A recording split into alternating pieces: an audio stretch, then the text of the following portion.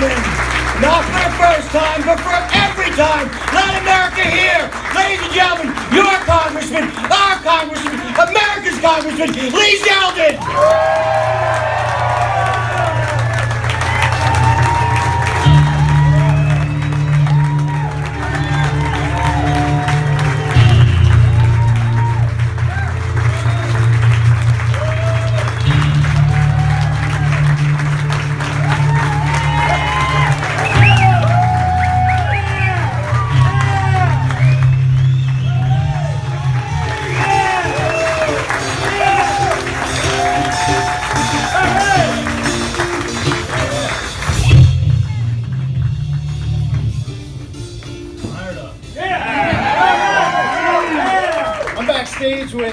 With Diane and the girls, and as I was listening to Mia talking about her upbringing, Diane and I decided we were going to send the girls to Mia's for the summer to get some good parenting advice.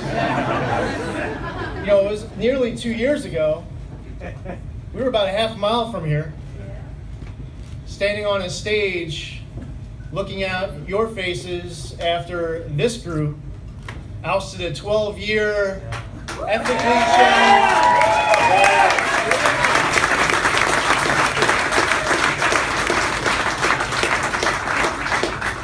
ethically challenged, legislatively challenged.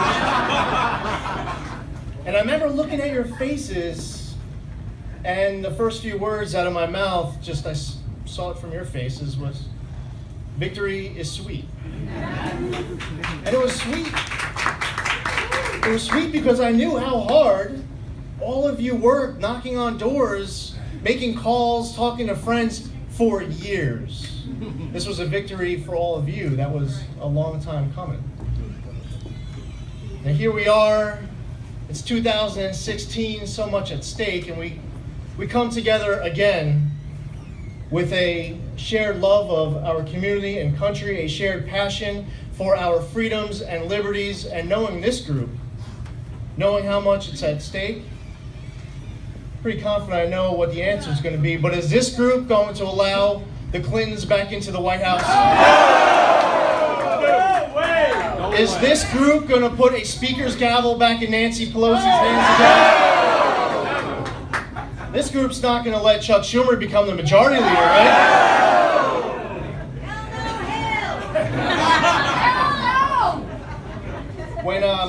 When I got to Congress, and I'll tell you, it is a privilege to serve there. It was an honor to wear our nation's uniform and still wear our nation's uniform, as some of you may know.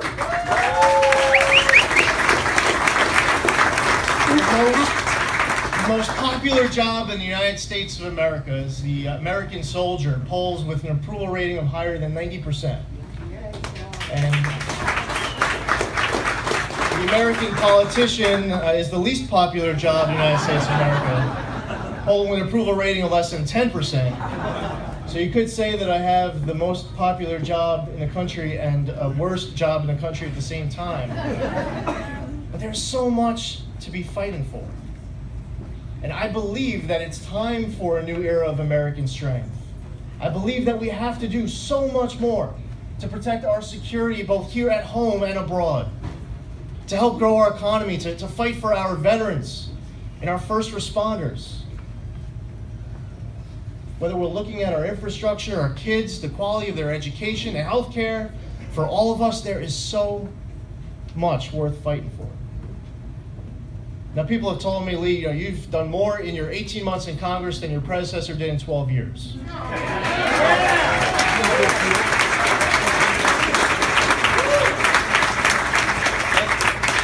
Just to put a little bit of perspective on that, because I want to be completely fair and here to everybody, we did more in our first 18 days than he did. Just saying. So that was what we got used to here, and we can't go back to that. In my first 18 months, we got all sorts of bills across the finish line, passed, signed into law. My Safe Bridges Act, passed and signed into law to get funding for our local bridges. My Common Core proposal to allow states to opt out of Common Core without penalty from the federal government, passed and signed into law. House passed my Counterterrorism Screening and Assistance Act to stop foreign travel abroad and protect the homeland. 3 pieces of legislation to help our veterans passed by the House of Representatives. Whether it's saving Plum Island, that was passed. Opening up the coastline off of Montauk for striped bass fishing, that was passed as well. One effort after the next. I knew that after you all worked so hard 2 years ago, that I couldn't possibly come back to you asking for your support again. If you weren't able to go back to all those same people you spoke about, asking for their support last time, telling them that this is how he came through and kept his commitments like I told you he would. And Nancy Pelosi, Tim Bishop, and whoever is unlucky enough to win the Democratic primary in 8 days, there's something for Mia's story of the way that I did fight when I was in karate. I was listening to a story. I had no idea she was going to tell this story. And it's true. I would kind of get there at the starting line, and I would just put my hands down, and I just looked like such a great target. And the moment that my opponent would make any type of move, I'd flip out. And I would throw like 1,000 punches and kicks. And Mia was right. The judges would just give me a point, figuring that somewhere in there, something landed. And for anyone watching at home, because I know that we are blessed to have Democratic Congressional Campaign Committee trackers in here, there is something beautiful to keep in mind. After a hard-fought, bloody primary where they're spending all of their money, is that as you look around this room and the hundreds of people who are here and the hundreds more people who are ready to make calls and knock on doors, is that we are ready next Tuesday night to throw so many punches and kicks with our message and how to move our country forward in the right direction. Losing's not an option. Losing's not an option. There's too much at stake. We still have a lot more work to do. And when I think about our national security and the need to protect the homeland, listen, there's only one mandatory function constitutionally of our federal government. That's to provide for our national security. That's it. There's just one mandatory function in the entire Constitution. Everything else has been up to debate, and after 8 years of this president, who looks at himself as both president and Congress at times, I'm ready to take back my country.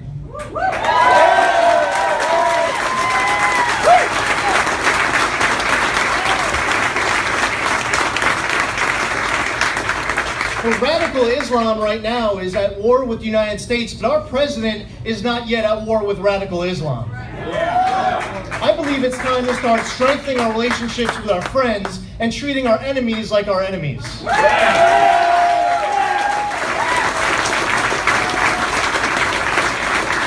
watching Israel be treated like Iran and Iran be treated like Israel. Israel is a beacon of freedom and hope in a very dark region of this world. And we should be strengthening our relationships with them. And other allies are watching and they're saying, if this is how the United States is going to act towards Israel, how will they act towards us? And meanwhile, our enemies are all testing us and they're watching each other test us. Russia goes into Syria and Ukraine. Submarines off of the Georgia coast and the Pacific coast. China 12 miles off the Alaskan coast. Nation building in North China Sea. North Korea turning on a nuclear reactor and threatening the United States as they do it. Iran, the world's largest financer of terrorism, overthrowing foreign governments, pledging to wipe Israel off the map, chanting death to America, calling Israel the little Satan and America the great Satan. And they're all watching each other test us. And we say we can't be silent. Our political opposition claims wrongfully that they say that's because we want war. We don't want war. We don't want to be silent because we want to prevent it. There are a whole lot of options between silence and war. And when you embarrass our 10 Navy sailors with propaganda of photographs and video, if you want to have one of your Russian planes fly right by one of our naval warships, if I was the commander of that if that ship and the rules of engagement allowed me to, that plane would have been knocked out of the sky as soon as it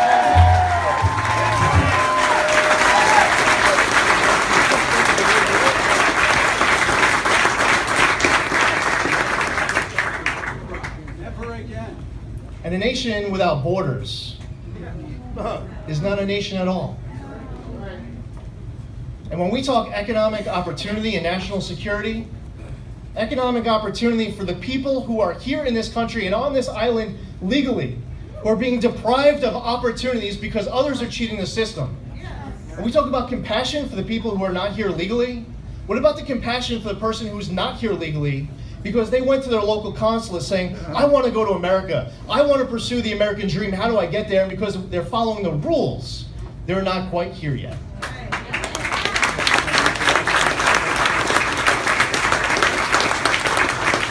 This is an important election not because we're electing a new president for 4 years. We're choosing the fate of the Supreme Court for the next 40. And in our little corner of America, we're going to do our part. We're going to send our message that we do not approve of the Clintons going back into the White House. The keys are not going back into their hands. That gavel is not going back into Nancy Pelosi's hands. Chuck Schumer, good luck as the next minority leader of the United States Senate.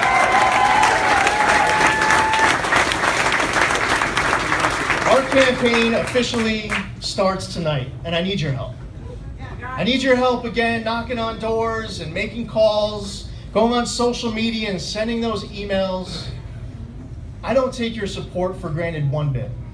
Every single day, I spend time during my day to reflect on the amount of time that all of you have put in through the years and the fact that you are all here tonight.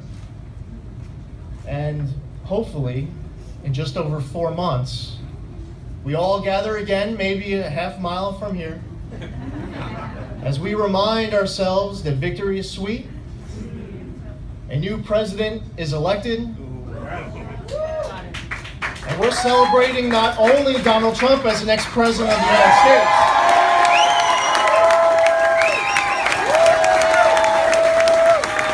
but we're going to make sure that he has the Congress to work with.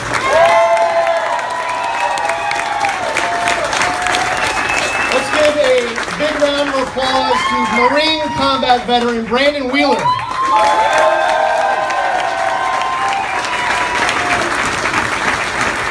I didn't even recognize when I saw him. Last time I saw him, he was clean shaven.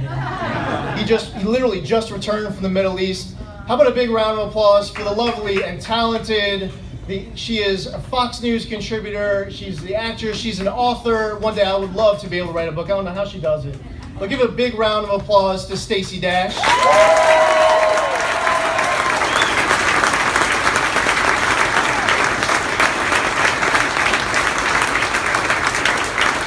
And my best buddy from Congress, she is the first Black Republican woman in Congress. She's the first Haitian American woman. She's Mormon to boot. She's like all sorts of firsts. Big round of applause for Congresswoman Mia Love.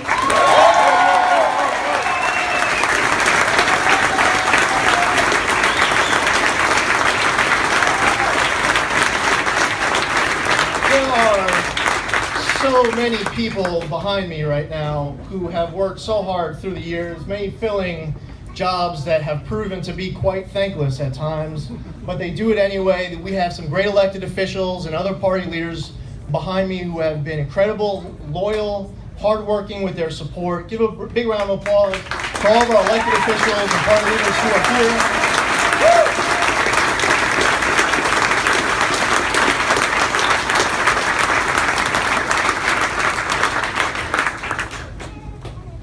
My wife and daughters, Diana, Michaela, Ariana, they are my three, I'm sorry, but I'm not sorry. These are my three most important constituents.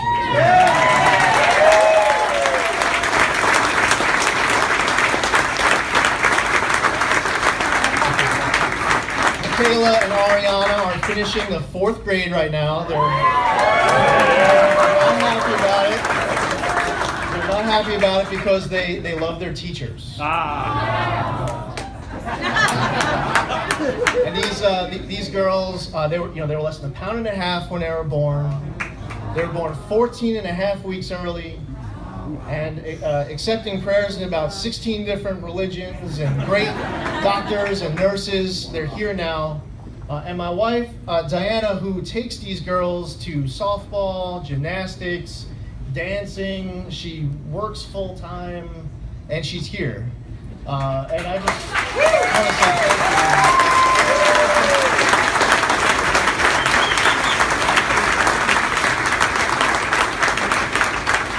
you. This room is filled up with veterans. How about a big round of applause for all the veterans who are here?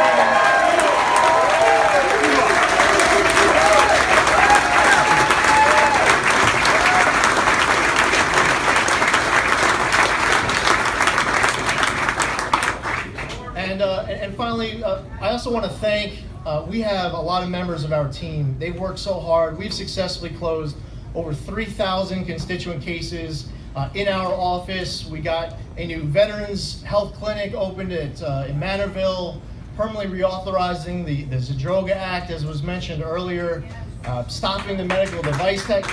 Just give a round of applause for my staff, my team who's here. They work so hard. I appreciate everything they do. Work on the weekends, holidays.